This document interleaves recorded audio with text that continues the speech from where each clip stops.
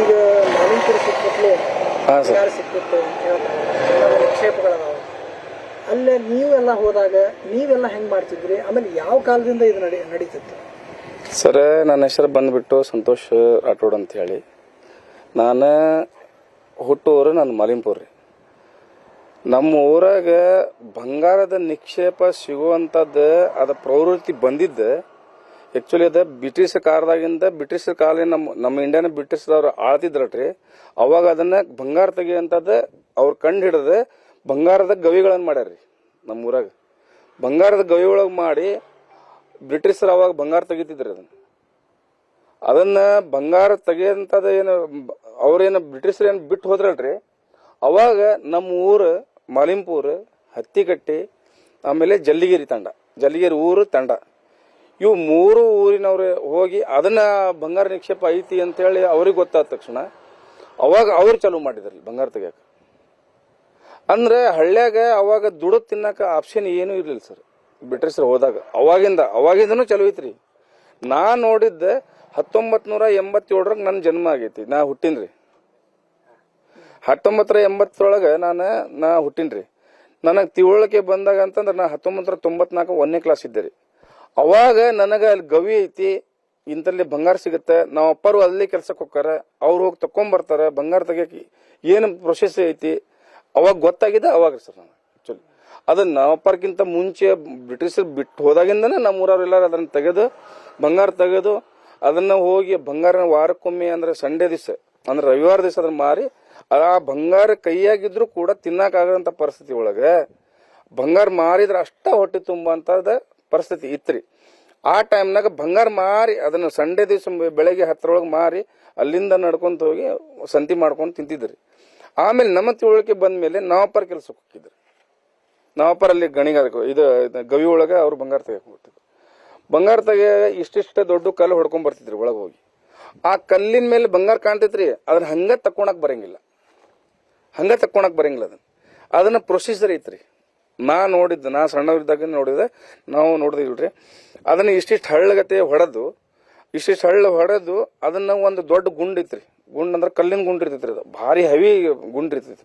ಅದ್ರ ತಳಗ ಹಳ್ಳ ಹೊಡೆದಿರ್ತೇಳ್ರಿ, ಅದ್ರ ತಳಗ ಹಾಕ್ಬೇಕ್ರಿ. ಅದನ್ನ ತಳಗ ಹಾಕಿ ಅದನ್ನ ಅರಿಬೇಕು. ಅದನ್ನ ಅಂದ್ರೆ ಹಿಟ್ಟಿನ ಗತೆ ಮಾಡ್ಬೇಕು. ನಾವೇನು ಗಿರಣಿ ಒಳಗೆ ಹಿಟ್ಟು ಹಾಕ್ಸ್ತೀವಲ್ರಿ, ಆ ಟೈಪ್ ಹಿಟ್ಟಿನೊಳಗೆ ಹಾಕ್ಬೇಕು. ಅದನ್ನ ಹಿಟ್ಟಿನೊಳಗೆ ಹಿಟ್ಟು ಮಾಡ್ಬೇಕ್ರಿ. ಅದನ್ನ ಅಂದ್ರೆ ಅದನ್ನ ಹಿಂಗ ರುಬ್ಬಿ ಹಿಟ್ಟು ಮಾಡ್ಬೇಕು. ಅದನ್ನ ಹಿಟ್ಟು ಮಾಡಿಂದ ಪೂರ ಹಿಟ್ಟಾಗಿ ನಿಂಗೆ ನೋಡ್ತೀರಿ.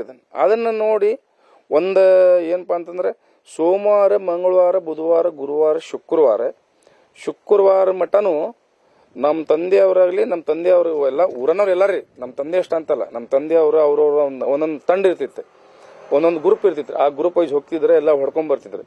ಮನೆಗಿನ ಹೆಣ್ಮಕ್ಳ ಅದನ್ನ ಕುಂತ್ಕೊಂಡ ಅವು ಇಷ್ಟಿಷ್ಟು ದೊಡ್ಡ ಇರುವನ್ನ ಕಲ್ಲುಗಳನ್ನ ಇವ್ರ ಚಾಣ ಮತ್ತು ಸುತ್ತಿಗೆ ತಗೊಂಡು ಹೋಗಿ ಚಿಮ್ನಿ ಐತಿಲ್ಲರಿ, ಚಿಮ್ನಿ ಒಳಗ ಹೊಡ್ಕೊಂಡ್ ಬರ್ತಿದ್ರಿ ಇವ್ರು. ಈಗೆಲ್ಲ ಬ್ಯಾಟ್ರಿ ಐತಿ, ಎಲ್ಲ ಐತಿ, ಲೈಟ್ ಅದಾವ, ಎಲ್ಲ ಅನುಕೂಲ ಐತಿ. ಚಿಮ್ನಿ ಆಮೇಲೆ ಉಸಿರಾಟ ಭಾಳ ಬೇಕ್ರಿ ಸರ್. ಅಲ್ಲಿ ಉಸಿರಾಟದ ಭಾಳ ತೊಂದ್ರಿ ಒಳಗೆ ಹೋದ್ ಅಂದ್ರೆ ಉಸಿರಾಟನ ಆಗಂಗಿಲ್ಲ. ಅಲ್ಲಿ ಸುಮಾರು ಒಂದು ಅರ್ಧ ಕಿಲೋಮೀಟರ್ ಹೋಗ್ಬಿಡ್ತೀವಿ ಸರ್ ಒಳಗೆ. ಅರ್ಧ ಕಿಲೋಮೀಟರ್ ಹೋದಾಗ ಅದ್ರ ಆಕ್ಸಿಜನ್ ಬರಂಗಿಲ್ಲ ಅಲ್ಲಿ.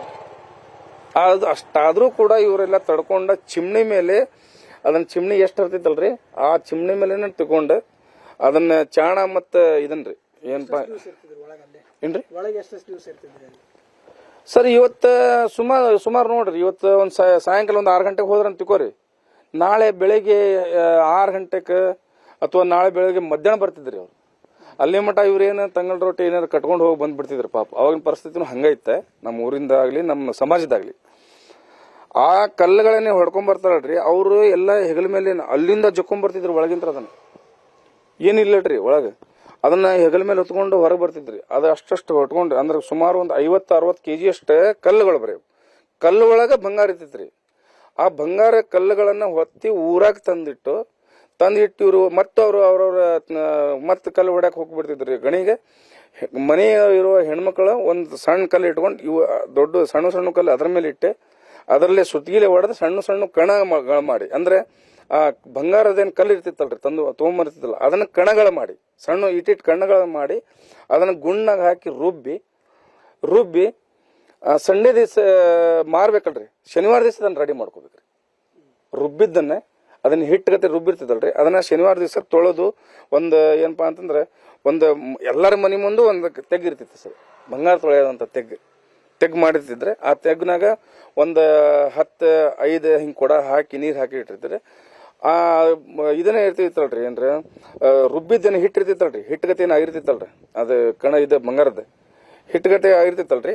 ಅದನ್ನ ಏನ್ ಮಾಡ್ತಿದ್ರ ಅಂತಂದ್ರೆ ಒಂದು ಏನಪ್ಪಾ ಅಂತಂದ್ರೆ ಅದು ಇಲ್ರಿ ಇದು ಇರ್ತದಲ್ರಿ ಕೆಬ್ಬಣದ ಬುಟ್ಟಿ ಇರ್ತಿದ್ ನೋಡ್ರಿ, ತಗಡಿನ ಬುಟ್ಟಿ ಮೊದ್ಲು ಪ್ಲಾಸ್ಟಿಕ್ ಬರೋಕ್ಕಿಂತ ಮುಂಚೆ ಅವು ಇದು.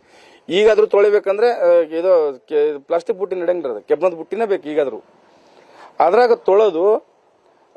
ತೊಳೆದು ಏನ್ ಮಾಡ್ತಿದ್ರಿ, ತೊಳೆದು ವೇಸ್ಟೇಜ್ ತೆಗೆದು ಬಿಡ್ತಿದ್ರಿ.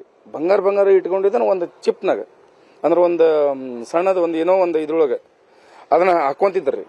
ಹಾಕೊಂಡ ಸಾಯಂಕಾಲ ಅದೇನಂದ್ರಲ್ರಿ ಪಾದರಸ ಅದ್ರೊಳಗೆ ಬಿಟ್ಟಂದ್ರ ಆ ಪಾದರಸ ಇದು ಬಂಗಾರದ ಕಣಗಳು ಇರುವಂತ ಒಂದು ಇದಿರ್ತಿತ್ತಲ್ರಿ, ಆ ಇದ್ರೊಳಗೆ ಬಿಟ್ರಂದ್ರೆ ಒಂದ್ ಬುಟ್ಟೆ ಹಾಕ್ಬಿಡುದು ಎಲ್ಲಾರ ಪಾದರಸ ಬಿಟ್ಬಿಡುದು.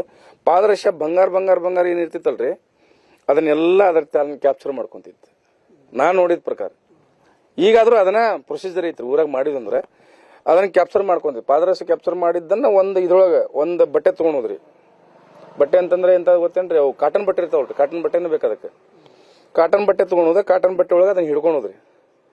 ಪಾದರಸನ ಇದನ್ನ ಹಾಕೊಂಡಿ ಅಂತ ತಿಳ್ಕೊರಿ, ಆ ಕಾಟನ್ ಬಟ್ಟೆನ ಹಿಂಗ ಆಮೇಲೆ ಮಡಿಸಿ ಹಿಂಗ ಇತಗ್ ಬಿಟ್ರ ಅಂತಂದ್ರೆ ಇದನ್ನೆಲ್ಲ ಪಾದರಸ ತಳಗ್ ಬಿದ್ದು ಬಿಡ್ತೈತಿ, ಬಂಗಾರ ಅಷ್ಟ ಅದ ಕೈಯಾಗ ಉಳಿತೈತಿ. ಆ ಬಂಗಾರ ಉಳಿದಿದ್ದನ್ನ ಅದೇ ಬಟ್ಟೆ ಒಳಗೆ ಕಟ್ಕೊಂಡು ಇಟ್ಕೊಂಡ್ಬಿಡೋದು. ಇಟ್ಟು ಒಂದು ಒಲಿ ಚಾಲು ಮಾಡುದ್ರಿ, ಅಂದ್ರೆ ಒಂದು ಸ್ವಲ್ಪ ಕಟ್ಟಿಗೆ ಸೋದೆ ಹಾಕಿ ಇಲ್ಲಿಕಂದ್ರೆ ಇಡ್ಲಿ ಹಾಕಿ ಒಂದಿಷ್ಟು ಇಡ್ಲಿ ಹಾಕಿ ಅದನ್ನ ಚಾಲು ಮಾಡೋದು.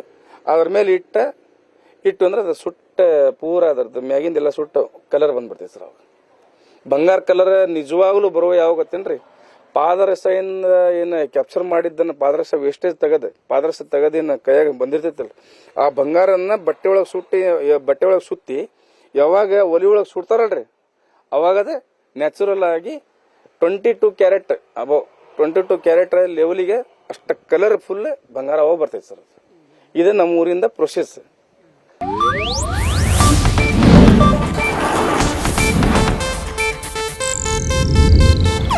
ಇದು ಏಷ್ಯಾನೆಟ್ ನ್ಯೂಸ್ ನೆಟ್ವರ್ಕ್ ಪ್ರಸ್ತುತಿ.